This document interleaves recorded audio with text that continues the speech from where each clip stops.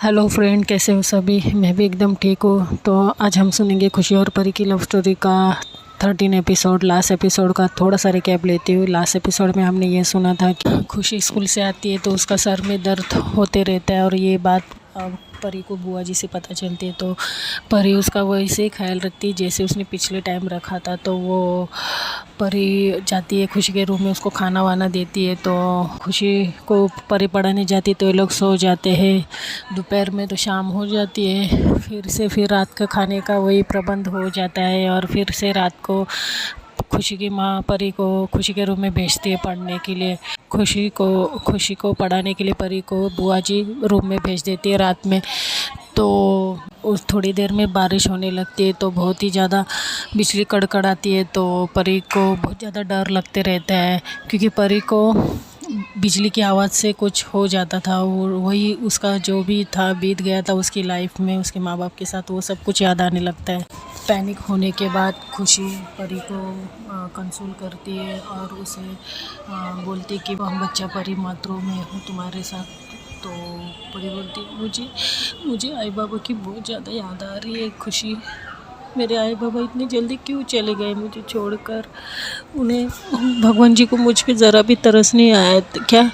मैं अकेले कैसे रह पाऊँगी इस भरी दुनिया में। तो खुशी बोलती नहीं बच्चा, ऐसे रोया नहीं करते। देखो मेरी तरफ, मैं हूँ ना, भगवान जी ने मुझे ही भेजे तुम्हारे लिए। फ्रेंडशिप। तो परी खुशी को देखने लगती है और फिर परी उसको हक करती है। दोनों एक दूसरे को हक करके बैठे रहते हैं।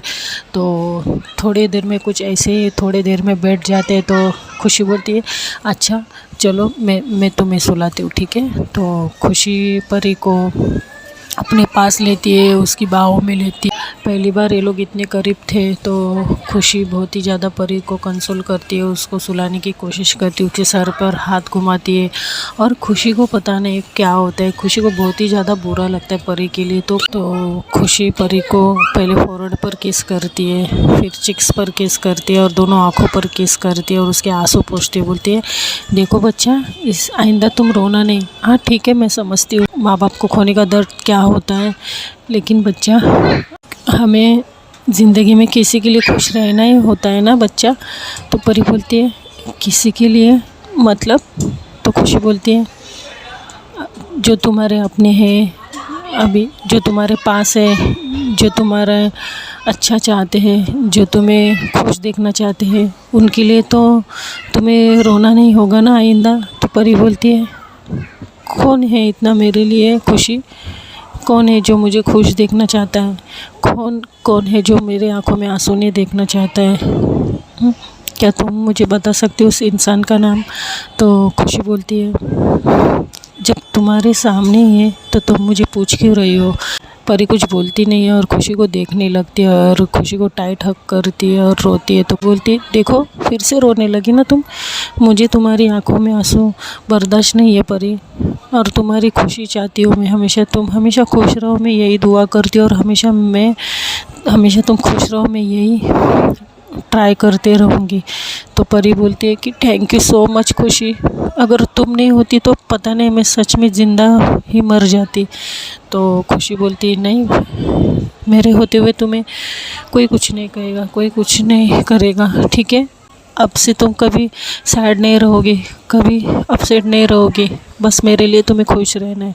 तो परी बोलती है तो तुम्हारे लिए वो क्यों? तो परी बोल गाइस प्लीज़ बैकग्राउंड नॉइज़ को थोड़ा सा इग्नोर करो क्योंकि मैं बाहर रिकॉर्डिंग कर रही हूँ। तो चलते स्टोरी की तरफ। तो वो तो खुशी बोलती है हम दोनों बेस्ट है ना, आज से हम लोग बेस्ट ही बने। तो परी बोलती तो खुशी फिर से उसको पास लेती है और उसके फोrehead पे किस करती है और उसको पास लेकर सुलाती है। तो ऐसे इन लोग सो जाते हैं। थोड़ी देर में सुबह होता ये है कि परी उठ नहीं पाती है जल्दी, क्योंकि परी को इतने दिनों बाद एक सुकून की नींद लगी थी, एक सुकून की राहत आ गई थी। क्योंकि उसके आई बाबा के बाद उसको इतने प्यार से हैंडल करने वाले, इतने प्यार से उसको पास अपने करीब करने वाली इतना सारा प्यार देने वाले बस वो एक खुशी थी। उसके अलावा तो बाकी सब परी का यूज़ ही कर रहे थे। तो परी को पता नहीं कैसे नींद लग जाती है, सुकून भरी नींद। उसे ऐसा महसूस होता है कि जैसे वो अपने आई बाबा के पास ही हो। तो डोर ज़ोर से खटखटाने की आवाज़ आती है। तो ये दोनों, तो खुशी बोलती है, कौन है यार इतने ज़ोर से दरवाज़े को पीट रहा है यार। तो परी को खटखटाने की आवाज़ से परी की नींद टूट जाती है और वो जब वो अपनी आंखें खोलती है और ख़ुद को वो किसी और जगह पाती है और वो यहाँ वहाँ देखती है। फिर वो खुशी की तरफ देखती है और झट से उठ के बैठ जाती है। तो खुशी की भी नींद टूट जाती है। बोलती है, क्या हुआ, तुम इस तरह से क्यों उठ गई? तो परी बोलती है, कितना क्या क्या टाइम हुआ है और इतने टाइम हम लोग सो रहे थे। मुझे सुबह रसोई में जाना था। तो ऐसे हड़बड़ाते हुए परी उठने की कोशिश करती है। तो खुशी उसको बोलती है, अरे अरे अरे, आराम से लग जाएगी तुम्हें, क्या हुआ, इतना भी कुछ हुआ नहीं है। तो दरवाजे की फिर से पीटने की आवाज़ आती है। तो परी जाती है, दरवाज़ा फटाफट खोलती है और फिर दरवाज़े पर भाभी होती है। भाभी बोलती है, तुम खुशी के रूम में क्या कर रही थी? और फिर खुशी को देखती है तो भाभी की नज़रें जो थी वो बहुत ही ज़्यादा अजीब थी। भाभी की नज़रों में बहुत सारे सवाल भी थे और वो हैरानी से देख भी रही थी और एटीट्यूड में भी देख रही थी। जैसे उनकी नज़र एक अजीब ही मतलब वाइब्स लेकर आ रही थी। तो खुशी बोलती है, क्या हुआ भाभी? तो भाभी बोल नहीं जाती। तो उतने में परी बोलती है, भाभी मैं आती हूँ, भैया उठ गए, सॉरी मेरी आँख लग गई। तो भाभी बोलती, नहीं नहीं नहीं, तुम तो महारानी हो घर की, सो जाओ बच्चा, तुम इतनी जल्दी क्यों उठोगी? नहीं। तो खुशी बोलती, भाभी सुबह सुबह नहीं है प्लीज़, वो भी मेरे रूम में। तो भाभी कुछ बोलती नहीं। तो परी वहाँ से भागकर चली जाती है।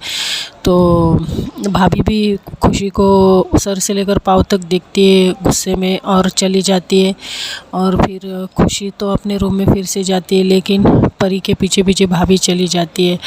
तो जब परी जाती है ऊपर देखती तो बुआ जी खाना बना रहे थे। अब परी बहुत ज़्यादा डर गई थी क्योंकि बुआ जी को तो पता ही था परी कहाँ है, लेकिन भाभी को पता नहीं था ये सब क्या हो रहा है। तो भाभी जाती है किचन के पास। तो भाभी जब अपनी सास को रसोई में देखती है तो बोलती है, मम्मी जी आप सुबह सुबह क्या कर रहे हो किचन में?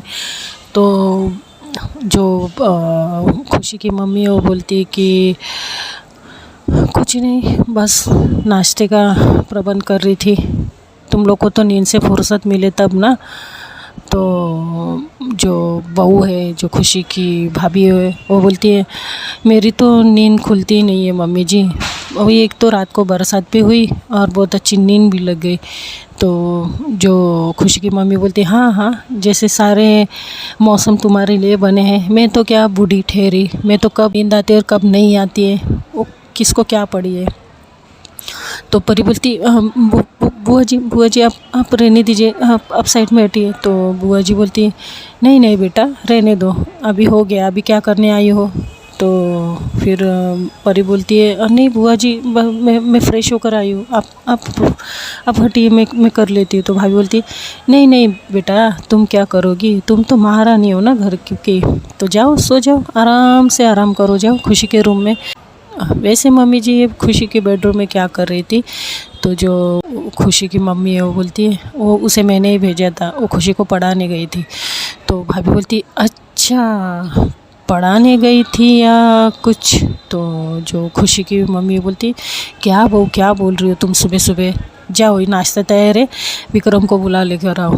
तो बोलते, मुझे क्या, सर से जब पानी जाएगा ना तब आपको पता चलेगा। तो जो खुशी की माँ है वो अपनी बहू को देखने लगती है, उन्हें कुछ समझ में नहीं आता है ये अभी क्या कह कर गई है। तो अपनी बहू से नज़रें हटाकर, क्योंकि उनकी जो बहू है वहाँ से चली गई थी, तो अपनी बहू से नज़रें हटाकर परी को देखने लगती है और बोलती है कि जाओ, अब तुम आई हो तो सिर्फ फ्रेश क्यों हो रही हो, जाओ नहा भी लो, और सब तैयार है। और वैसे खुशी का सर दर्द कैसा है, खुशी ठीक है ना, रात को पढ़ाई तो अच्छे से हुई ना? तो परी सोच में डूब जाती कि रात का सब सोचने लगती, क्योंकि रात को जो जिस तरह से वो डर गई थी, पैनिक हो गई थी, और खुशी उसी के वजह से खुशी की पढ़ाई भी नहीं हो पाई, तो उसको बहुत ज़्यादा बुरा लगता है, वो सोच में डूब जाती है। तो बुआ जी बोलती है, ये तुम्हारी ख़ानदानी बीमारी है क्या परी? हमेशा मैं कुछ भी पूछूं तो तुम सोच में ही चली जाती हो, किस सपने में चली जाती हो, मुझे भी बताओ। तो परी बोलती, नहीं वो हाँ पर खुशी मैं भी क्या बुआ जी मेरा ही नाम ले रही हूँ, वो खुशी ठीक है, वो सर दर्द नहीं हो रहा था। और खुशी की मम्मी बोलती, अच्छा ठीक है, तुम उसको ऐसे ही पढ़ाया करो और उसके पास रहोगी ना तो उसका ख्याल भी रख पाओगे, उसका थोड़ा सा सर दर्द भी कम होते रहेगा। वैसे आज विक्रम उसे लेके जाने वाला है। तो परी बोलती है, कहाँ बुआ जी? तो बुआ जी बोलते हैं, अरे उसने वो बड़े अस्पताल में अपॉइंटमेंट लिया है, तो वो शहर से बाहर है ना, तो वहाँ लेके जाने वाला है। यहाँ से 2-3 घंटे का रास्ता है। तो परी को बहुत बुरा लगता है, क्योंकि मतलब परी थोड़ी सी मायूस होती है, क्योंकि 2-3 घंटे का रास्ता। और खुशी तो परी को ऐसा लगता है, उसको एक अजीब फील होता है कि क्या मैं जा सकती हूँ खुशी के साथ, लेकिन मैं बुआ जी से कैसे पूछूँ। तो पूछने जाती, लेकिन उसकी हिम्मत ही नहीं होती। तो बुआ जी बोलती, अब क्या सोच रही हो? तो चलो जाओ नहा लो और खा लो कुछ।